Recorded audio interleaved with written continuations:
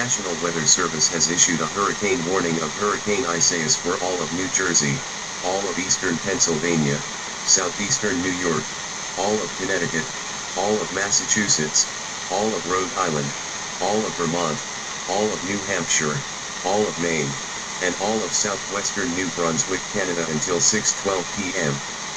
At 6:45 a.m. National Weather Service Doppler radar indicated Hurricane Isaias going from Baltimore, Maryland or 30 miles northeast of Philadelphia.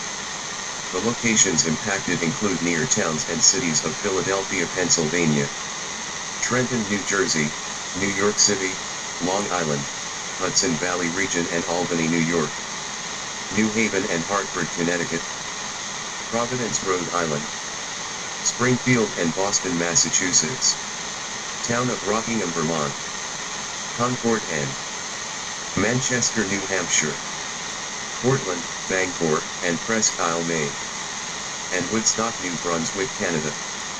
Hurricanes can also cause flash floods and tornadoes in some areas.